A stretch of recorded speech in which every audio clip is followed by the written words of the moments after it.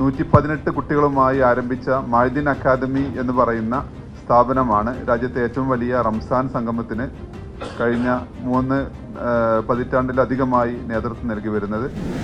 30 കൊല്ലം കൊണ്ട് ചെറുതായി തുടങ്ങിയ സ്ഥാപനം വ്യത്യസ്തങ്ങളായ ഇനങ്ങളിലായി 55 സ്ഥാപനങ്ങളിലായി 33,000-ലധികം വിദ്യാർത്ഥികൾ പഠിക്കുന്നു.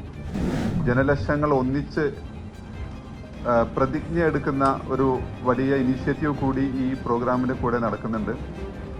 അടുത്ത കാലത്തായി നമ്മുടെ സമൂഹത്തിൽ ഗ്രസിച്ചുകൊണ്ടിരിക്കുന്ന ലഹരി ഉപയോഗത്തിനെതിരെയും അതിൻ്റെ വ്യാപനത്തിനെതിരെയുമുള്ള പ്രതിജ്ഞയാണ് നടക്കുന്നത്. നമസ്കാരം. രാജ്യത്തെ ഏറ്റവും വലിയ റംസാൻ ആത്മീയ സംഗമം ഈ മാർച്ച് 16-ാം തീയതി മലപ്പുറത്ത് നടക്കും. സ്വാലത്ത് നഗറിലാണ് ഈ ഒരു പരിപാടി നടക്കുന്നത്.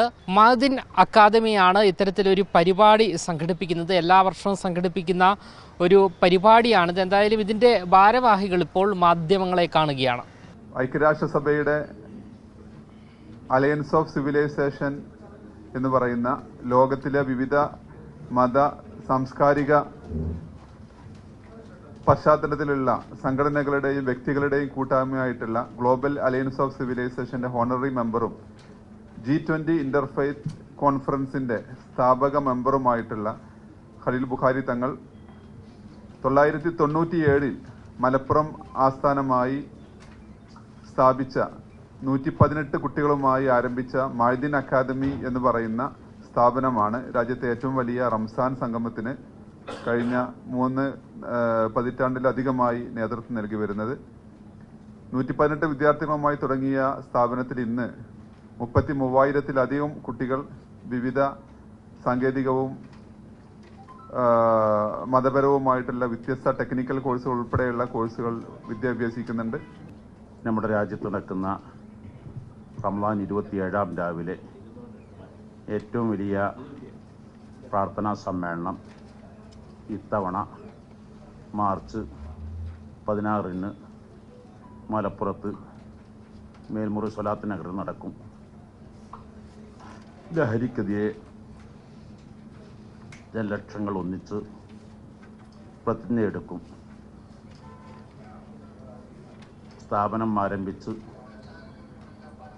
30-ാം വാർഷികം 2027-ൽ നടക്കാനിരിക്കുന്നു. വ്യത്യസ്തങ്ങളായ പദ്ധതികളുടെ പ്രഖ്യാപനം അവിടെ നടക്കുന്നതാണ്.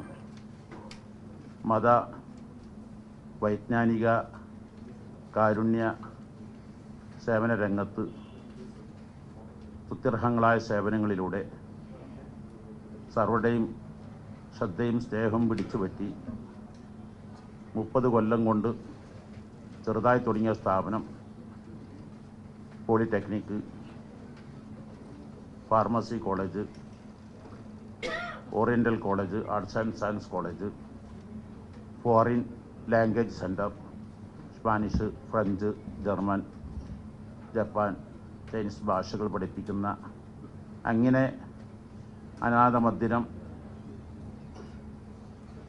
ഭിന്നശേഷിക്കാർ വ്യത്യസ്തങ്ങളായ ഇനങ്ങളിലായി 55 സ്ഥാപനങ്ങളിലായി 33,000-ലധികം വിദ്യാർത്ഥികൾ പഠിക്കുന്നു.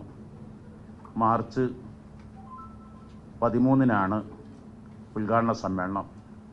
ഇതിന് അധ്യക്ഷം വഹിക്കുന്നത് സമസ്ത കേരള ജമിയത്തുൽ ഉലമ അധ്യക്ഷർ റയീസുൽ ഉലമ സുലൈമാൻ ഉസ്താദാണ്.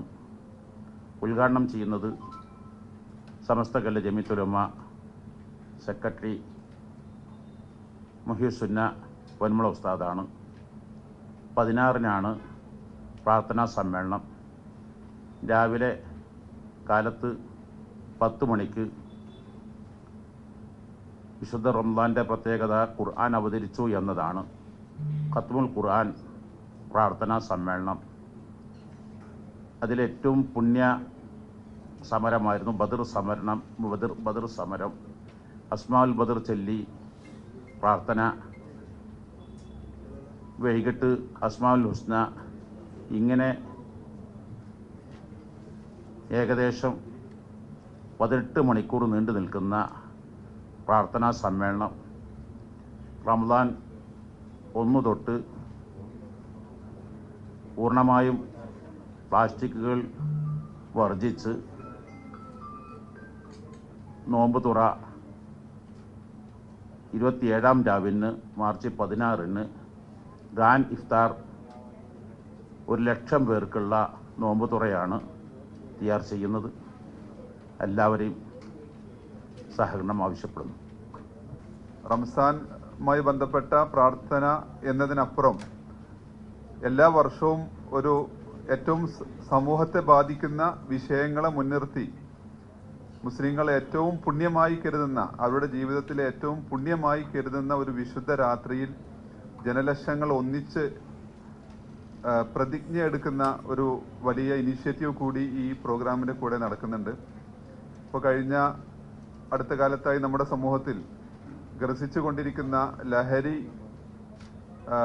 ഉപയോഗത്തിനെതിരെയും അതിൻ്റെ വ്യാപനത്തിനെതിരെയുമുള്ള പ്രതിജ്ഞയാണ് നടക്കുന്നത്. ഫിസിക്കലി അവിടെ മലപ്പുറത്ത് ഒരുമിച്ച് കൂടുന്ന സംസ്ഥാനത്തിൻ്റെ വിവിധ ഭാഗങ്ങളിൽ നിന്നും പുറത്തുനിന്നുള്ള ആളുകൾക്ക് കൂടെ തന്നെ വിവിധ നാടുകളിൽ, പ്രത്യേകിച്ചും ഗൾഫ് രാജ്യങ്ങളിലും മലേഷ്യ, സിംഗപ്പൂർ ഉൾപ്പെടെയുള്ള രാജ്യങ്ങളിലൊക്കെ ആളുകൾ ആ രാത്രിയിൽ പ്രാർത്ഥന പൂർണ്ണരായിട്ട് ഓൺലൈനായിട്ട് അറ്റൻഡ് ചെയ്യുന്ന ഒരു പ്രാർത്ഥന വേദി കൂടിയാണത്. അപ്പോൾ അതിൻ്റെ ഒരു ഇമ്പാക്റ്റ് ആത്മീയമായ ആ ഒരു പരിപാടിക്ക് കൂടെ തന്നെ സമൂഹത്തിന് ഉപകരിക്കുന്ന തരത്തിൽ ഇത്തരം ഇനീഷ്യേറ്റീവ് കൂടി പദ്ധതി പ്രോഗ്രാമിൻ്റെ ഭാഗമായിട്ട് നടക്കുന്നുണ്ട്. ഈ പ്രാർത്ഥനാ സമ്മേളനത്തിന് കഴിഞ്ഞ പതിറ്റാണ്ടുകളായി മാധ്യമ സഹോദരങ്ങൾ നൽകിയിട്ടുള്ള നിസ്സീമമായ സഹകരണം അത് ഇപ്പോഴും ഉണ്ടാകണം. പ്രത്യേകിച്ച് തലസ്ഥാനത്തെ മാധ്യമങ്ങൾ മഅദിനുമായും ബഹുമാനപ്പെട്ട സയ്യിദ് ഇബ്രാഹിം ഖലീൽ ബുഖാരി തങ്ങളുമായും അവർ വയ്ക്കുന്ന മഹത്തായ സന്ദേശങ്ങൾക്ക് എക്കാലവും തലസ്ഥാനത്തെ മീഡിയ വലിയ പിന്തുണ നൽകിയിട്ടുണ്ട്. അത് ഇപ്പോഴും പ്രതീക്ഷിക്കുന്നു.